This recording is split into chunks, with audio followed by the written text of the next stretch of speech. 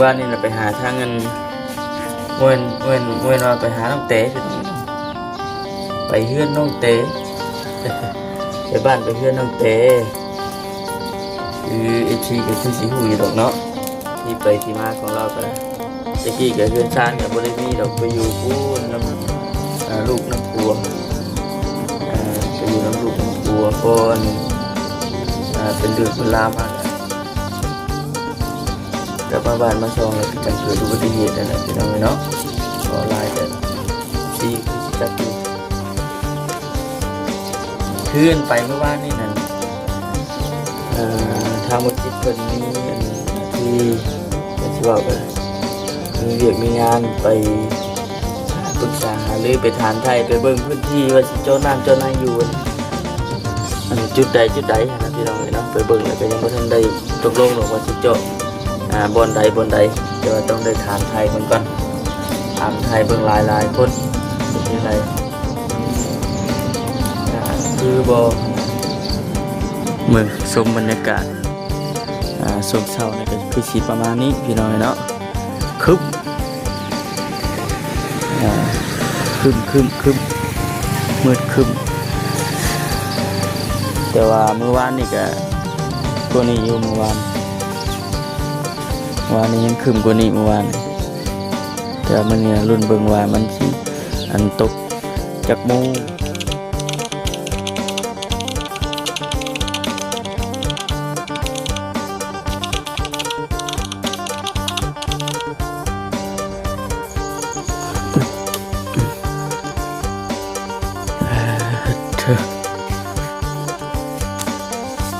ยังเศร้าพี่น้องยังเศร้ากำลังมาลุกขึ้นมาเป็นเปิดห้างกันพี่น้องเราหาโมงเลยแหละตอนนี้อากาศเย็นเลยนอนม่วนเป็นยัง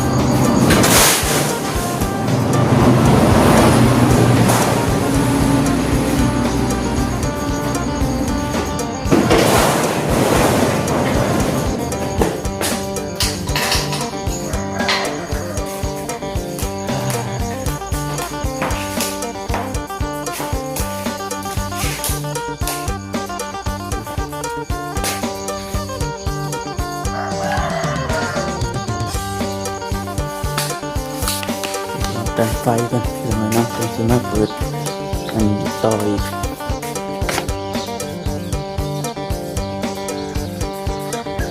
ขึ้นเลยพี่น้องบรรยากาศเลย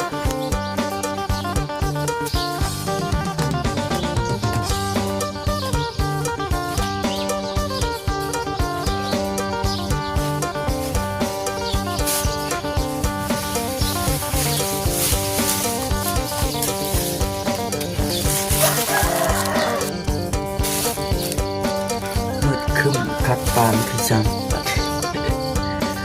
เอาไปเลยเนาะก็ดูแจกท่าสบายดีแล้วเศร้าเด้อพี่น้องเนาะ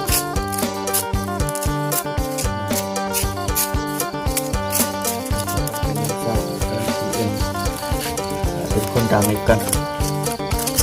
เดินเราก็ได้มาเอาลงมันจะตัว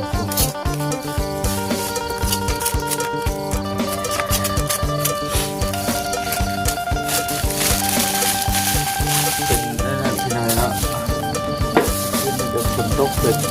พอดีเล่นไฮนอนม่วนนะเป็นจะรอได้ก็ได้มีอากาศเย็น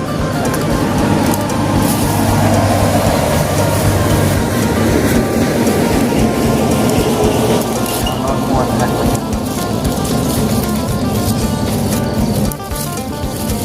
อยู่ทางบ้านเขาพักที่ไหนมันเริ่มตกกันเริ่ม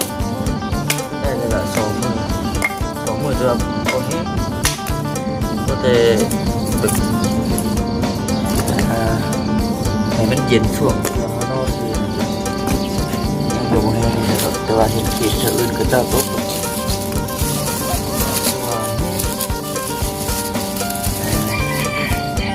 ได้กินอื่นนะคือเดี๋ยวนี้เขตก็ได้แต่ว่ามันจะบริไกลกันไปได้ครับบ้านจะ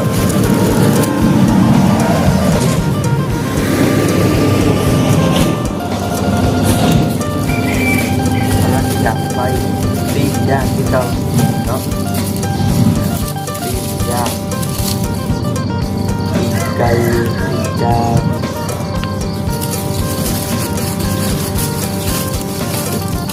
เริ่มต้นเปิดทางมาเป็นไทย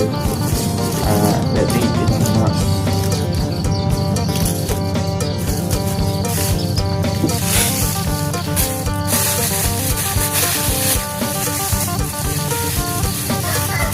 มันนี่แหละก็ที่เบิ่งเงินในโทรศัพท์เมื่อวานนี่ก็แจ้งเตือนมาว่ามันนี่นะประมาณ50 ปลาย%ในเรื่องฝนแต่ว่ามันสิตกเขตห้างบ่หรือว่าในไทยบางทีมันก็ตกเขตอื่นตกเขตห้างเลยโว้ยตกก็ตกแบบธรรมดาแบบผมมีลมมีแรงคือสิคักอยู่คือเรามีแต่ฝนตาออกมาเลยที่เราจัดการกัน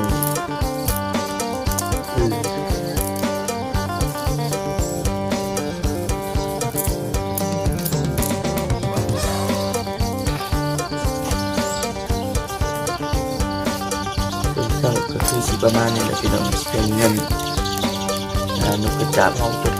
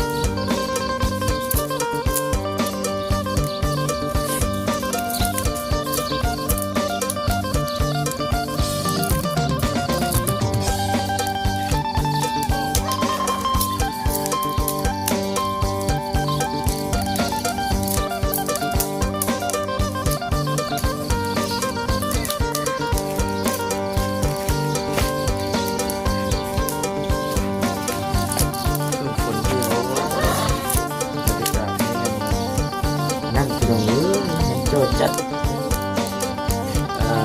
ค่ายคือกินว่ายัดใหญ่ดูไฮต้าได้รวมและวิทย์เดือนวิทย์การวิทย์การมีสุดเตียนจากคือเลขคือต้องแปลงมา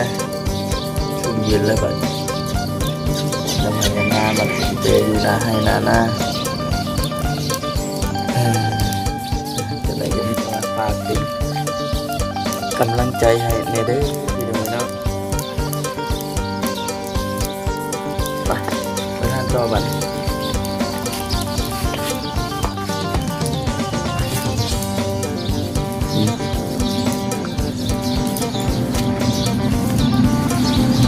สบายดีคือตื่นเช้าแม่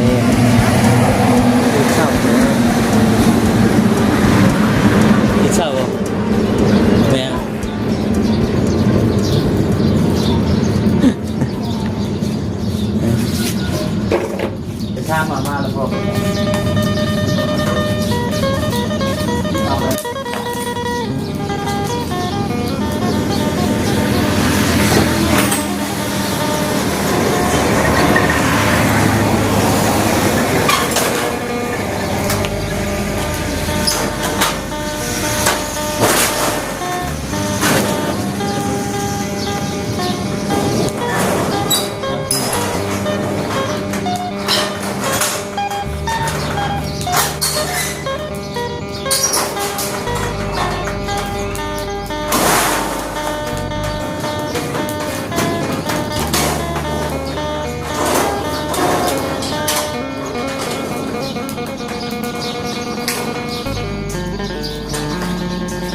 เม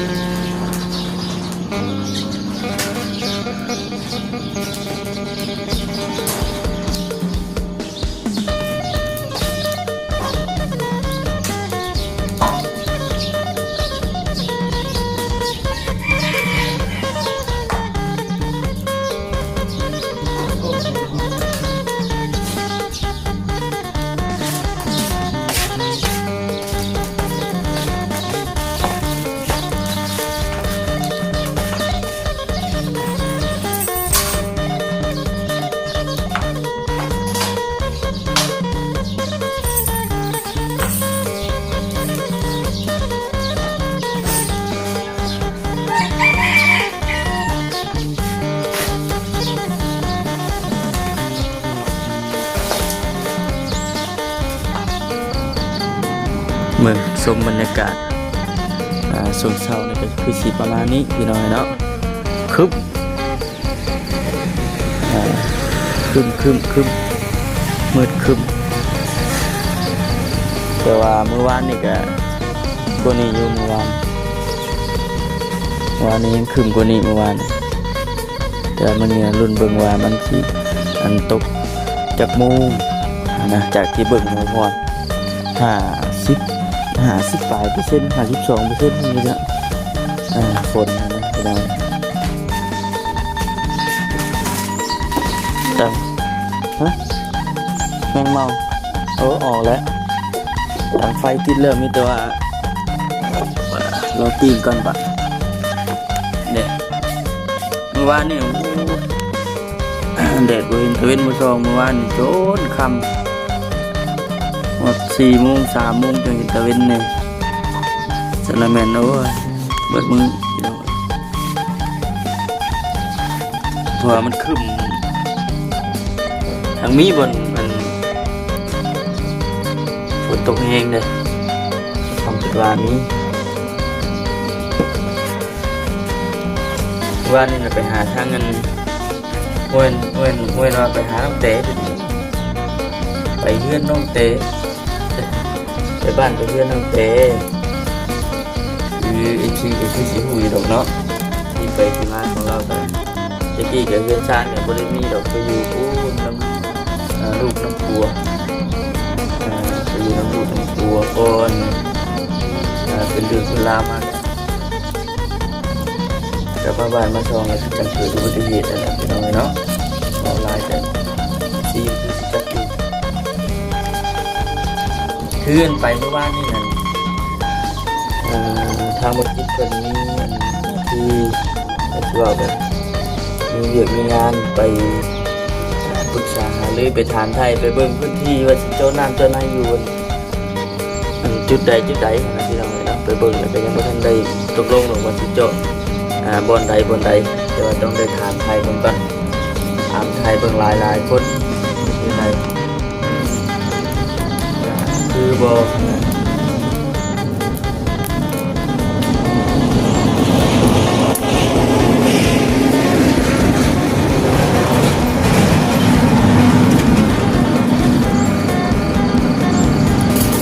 ถามไทยเป็นแบบแต่ว่าคือเมื่อวานนี่นะถ้าเป็นถามพระเวทนาเป็นโรคเป็นเนาะคือหลักๆเลยก็คือดึงน้ำเจาะน้ำเจาะในต้องใส่น้ำในมันหลายน้ำในจำนวนหลายแต่ถามไทยให้ทางนั้นหาทางตอนนั้นคนปวดเลยเต้นเล่นให้ใช่อยู่ใกล้เคียงเต้นเล่นเบิ้งนะตอนใดมีหน้ามีในจากที่ได้ทานอันเมื่อวานนี่แต่ว่าไปเอาน้ำเพื่อนเจ้าเนี่ยพี่น้องกันว่าเพื่อนเดินทางเรามีบวช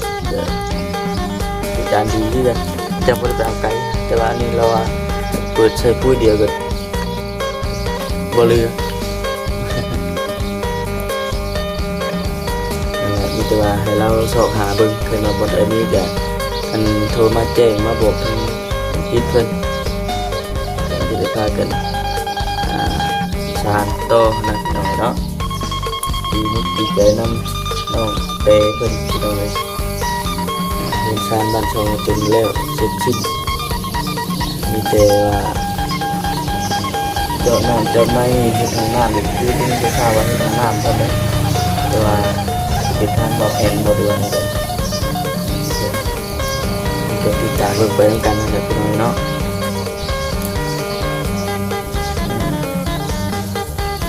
เพื่อมา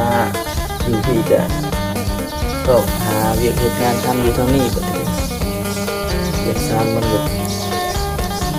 แล้วแต่ได้เฮ็ดสร้างบ้านช่องก็แล้วจ้อยก็ลงกันไปพร้อมพี่น้องนี่ปีจะนำ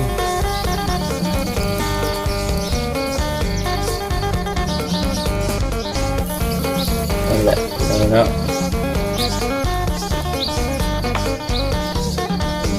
จะมีเรื่องที่จะพากันเข้าไปอัปเดตหรือไปเยี่ยมไปยามเบิ่งกูแหละเดี๋ยวรอพังข่าวมันไปนานก่อนว่าได้น้ำแล้วก็เดือจังใดมีบนเอาบ่เดือนนี้ใดเสมอได้จะโอเคพี่น้องมันลุยเลย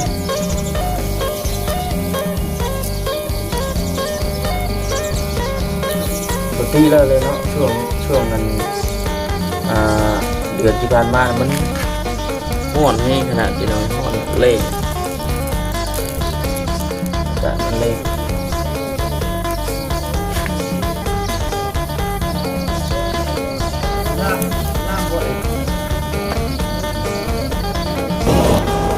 ไปเป็นพี่น้องเลย